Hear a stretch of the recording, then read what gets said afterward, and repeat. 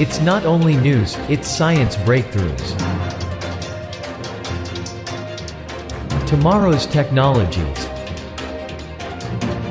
Advanced medical techniques.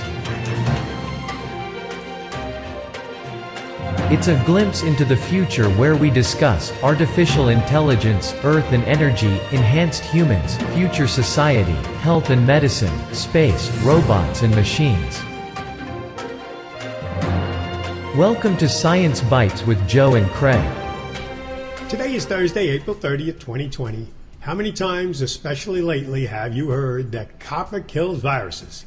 Can this be true, or is it just another snake oil cure? The SARS-CoV-2 virus endures the days of plastic or metal, but disintegrates soon after landing on copper surfaces. Let's discuss why that is. When researchers reported last month that the novel coronavirus causing COVID-19 pandemic survives for days on glass and stainless steel, but dies within hours after landing on copper, the only thing that surprised Bill Cavill was that the pathogen lasted so long on copper. Cavill is a microbiology researcher at the University of Southampton in the UK. He has studied the antimicrobial effects of copper for more than 2 decades. He has watched in his laboratory as the simple metal slew one bad bug after another.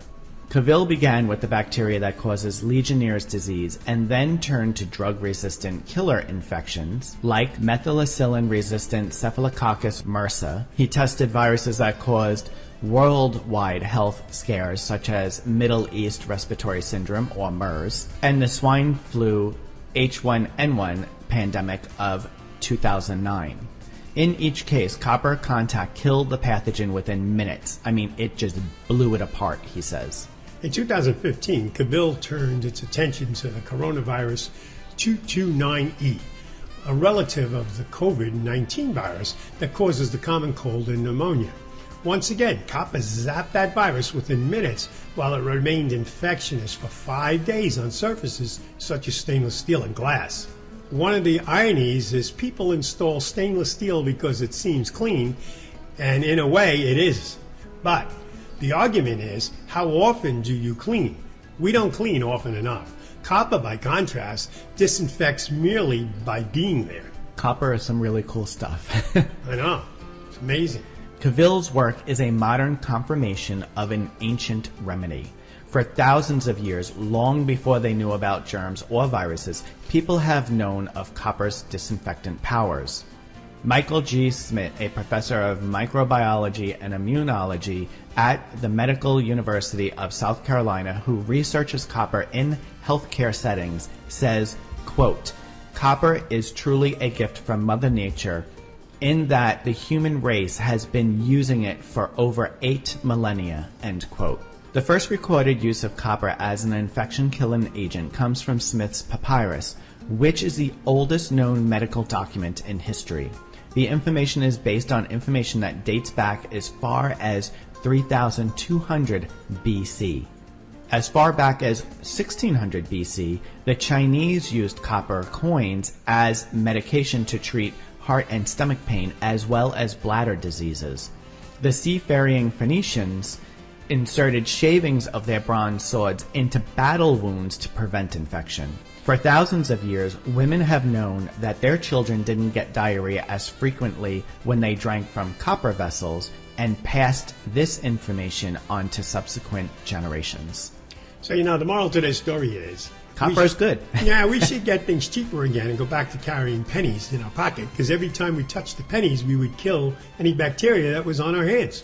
Yes and no, because your hands are so dirty with other things, and pennies get kind of gross. You'd have to clean the pennies. Well, it's still Yes. copper. Yes, it is. Copper power lasts. Cavill's team checked out the old railings in New York City's Grand Central Terminal a few years ago. The copper is still working just like it did the day they put it in 100 years ago.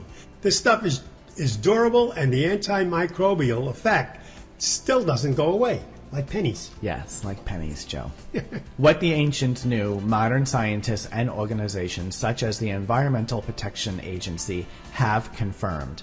The EPA has registered about 400 copper surfaces as antimicrobial. But how exactly does it work? So heavy metals, including gold and silver, are antimicrobial. But copper's specific atomic makeup gives it extra killing power. Copper has a free electron in its outer orbital shell of electrons that easily takes part in oxidation reduction reactions, which also makes the metal a good conductor. As a result, it becomes a molecular oxygen grenade. Silver and gold don't have the free electron, so they are less reactive. Well, copper kills in other ways also. When a microbe lands on copper, ions blast a pathogen like an onslaught of missiles, preventing the cell's respiration and punching holes in the cell membrane or viral coating and creating free radicals that accelerate to kill, especially on dry surfaces. Most importantly, the ions seek and destroy the DNA and the RNA inside a bacteria or a virus, preventing the mutation that create drug-resistant superbugs. Amazingly, the properties never wear off, even if the copper tarnishes. There was a question of whether using copper alloys in often touched surfaces reduces hospital infections. A study funded by the Department of Defense looked at copper alloys on surfaces including bedside rails, tray tables, intravenous poles, and chair armrests at 3 hospitals around the country. That 43-month investigation revealed a 58% infection reduction compared to routine infection protocols. Further research installed when the DoD focused on the Zika epidemic, so researchers turned their attention to working with a manufacturer that created copper hospital beds. A 2-year study published earlier this year compared to beds in an intensive care unit with plastic surfaces did poorly, while the rails on the copper beds exceeded expectations. The Sentara Hospital System in North Carolina and Virginia made copper-impregnated surfaces the standard across 13 hospitals in 2017 for overbed tables and bed rails after a 2016 clinical trial at a Virginia Beach hospital reported a 78% reduction in drug-resistant organisms. Using technology pioneered in Israel, the hospital has also moved to copper-infused bedding. Cavill says France and Poland are beginning to put copper alloys in hospitals. In Peru and Chile, which produce copper, it's being used in hospitals and the public transit systems. So it's going around the world, but it still has not taken off. I have a whole new perspective of copper. Yeah, me too. It's pretty incredible when you think about it. I know. Well, we're going to take a short break, but when we return, we will discuss rice genetically engineered to resist heat waves.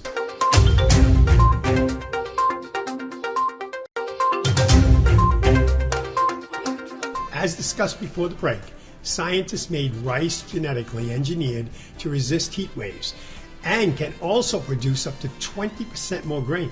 As the plants convert sunlight into sugar, their cells are playing with fire. Photosynthesis generates chemical byproducts that can damage the light-converting machinery itself. And the hotter the weather, the more likely the process is to run amok as some chemical reactions accelerate and others slow. Now a team of geneticists has engineered plants so they can better repair heat damage, an advance that could help preserve crop yields as global warming makes heat waves more common. And in a surprise, the change made plants more productive at normal temperatures. The genetic modification worked in 3 kinds of plants: a mustard that is most common plant model, tobacco, and rice suggests that any crop can be helped. Why are you laughing? Oh, go again. You'll never believe it. What? The rice reminds me of what's for dinner tonight. Oh, jeez. Sorry. I don't know what's for dinner tonight. Oh, well. Pizza, I hope. Yeah. You're crazy. When plants are exposed to light, a chemical of proteins called photosystem 2, PS2, energizes electrons that help power photosynthesis. But heat or intense light can lead to damage in a key subunit known as D1, halting PS2's work until the plant makes and inserts a new one into the complex. Plants that make extra D1 should help speed those repairs. Chloroplasts that host photosynthesis have their own DNA, including a gene for D1, and most biologists assumed the protein had to be made there. But the chloroplast genome is much harder to tweak than genes in a plant cell's nucleus.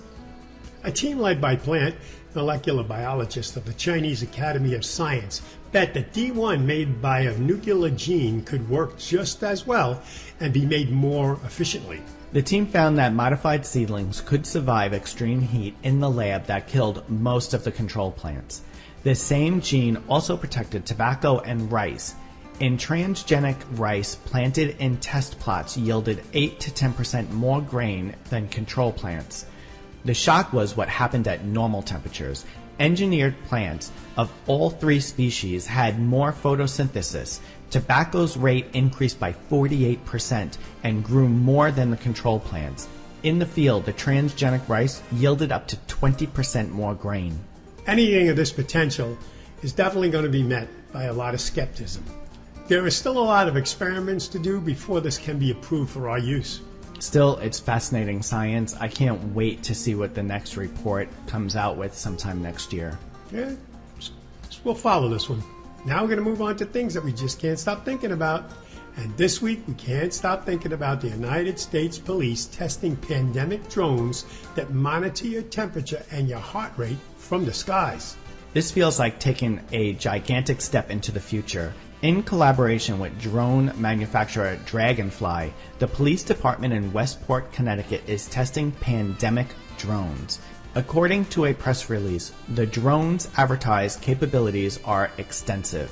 They feature a specialized sensor and computer vision system that can display fever temperature, heart and respiratory rates, as well as detect people sneezing and coughing in crowds.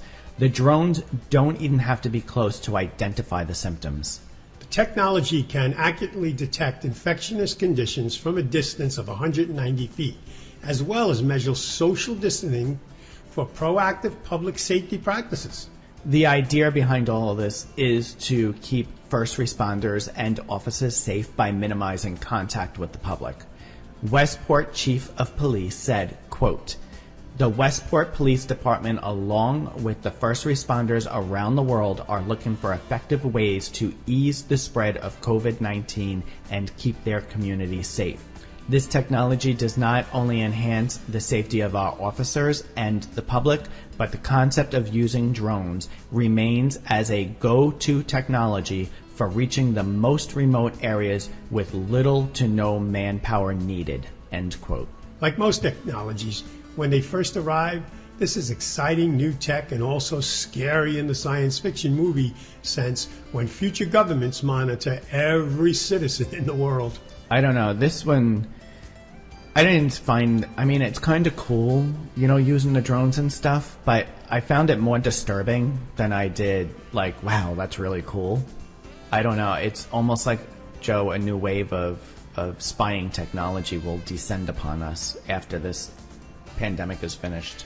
Well, we've talked about this many times, me and you. It's going to be a different world, and people are going to realize the major changes in what's going to go on. I mean, that's a whole time in itself that we can talk about, you know, what we see and all the changes that we think are going to come about because of this. But that's our future conversation. Definitely not going to be the same world No. when we come out of this at all.